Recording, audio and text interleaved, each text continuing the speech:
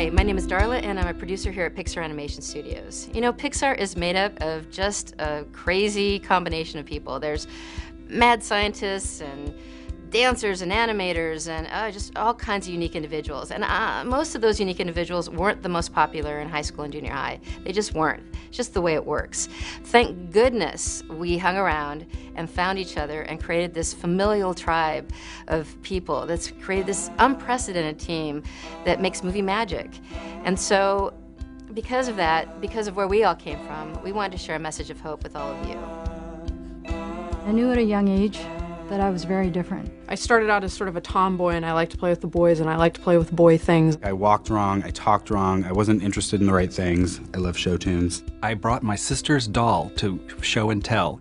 I remember just feeling not sure how to do it. I was able to kind of compartmentalize being gay. I always felt like if I don't want this hard enough, maybe it'll go away.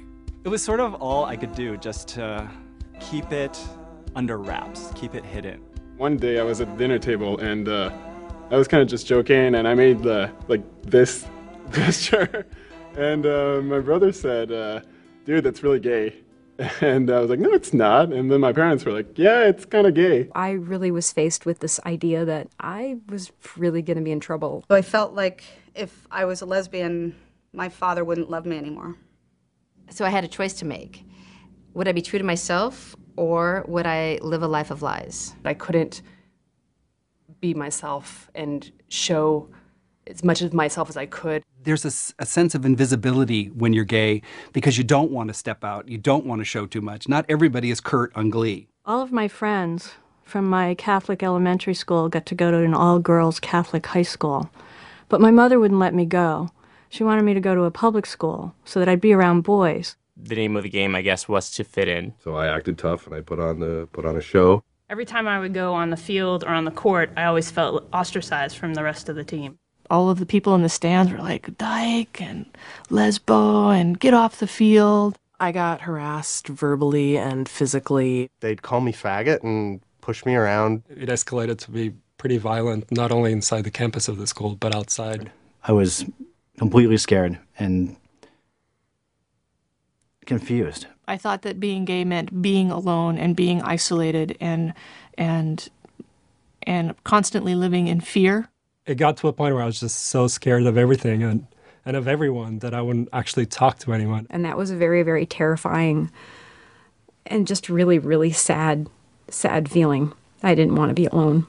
I didn't know what to do. I didn't know how to make sense out of the world. I felt full of self-hatred. I started getting these thoughts that if I'm not around, no one would really miss me, no one would really care.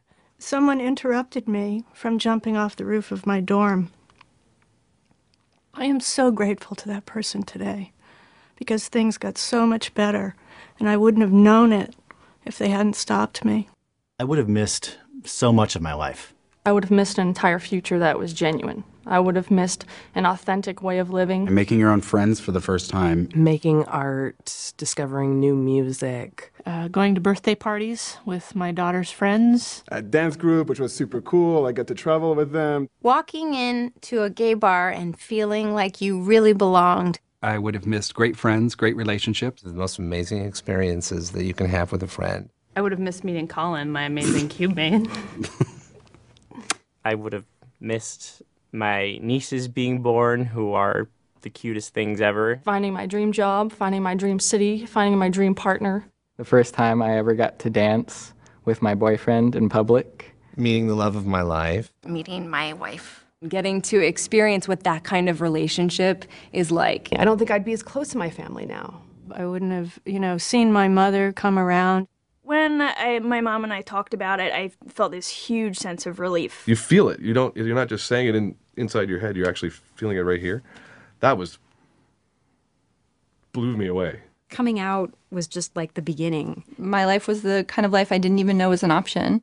I finally started thinking about what being gay was going to be for me. I just started by realizing that I had to love myself first. And it took a lot. I think it just took time. I found a new me, and it was the right me this time. I started to find that I wasn't alone and my situation was not that different. I started to meet people who gave me so much acceptance and love. People that I would have completely missed out on had it not been for the fact that I was gay. I got to get married to the love of my life. We just made 6 years last week, and we have a cat, and we have a lovely little one-bedroom place that is ours, and I get to walk up those 9 steps and open the door and know that he's home, and I get to kiss him and hug him when I walk in the door, and that brings me so much joy. It's been one of the biggest blessings of my life. I've met such wonderful people. It's made me such a stronger person to be gay, and there's nothing I would do to change that now. Don't let anyone tell you you're less than zero just because you're gay. There are lots of people out here who care about you and want to see you live. So please stay strong and stay in it. It gets better. Tell yourself over and over again that you're okay, because you are.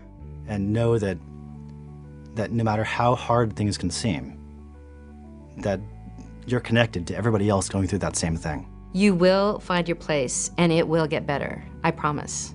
I can definitely tell you, and I didn't believe it, I didn't think it would ever get better, but it really, really does get better. Focus on the future. Don't focus on the problems that you're going through right now. Focus on the greatness of your life that's going to become. Find someone, anyone that you can confide in, that you think will support you and help you and love you unconditionally. And if that person is not helpful, then drop them immediately and go to another person. Know that somewhere out there you can make a connection with someone else who feels just like you do, or similar to how you do, and wants you around, and wants to give you a big hug and tell you that everything's all right and that it does get better. If I could just come through the screen right now and just give you a big hug and tell you it gets better, I would totally do that. I promise you that it not only gets better, but it's so much more than you could possibly imagine. It is so beautiful, the things that life has waiting for you. It will get better. It gets better. It gets better. It gets better. It gets better. It gets better. It gets really better. Everything gets better. It gets better. It gets great.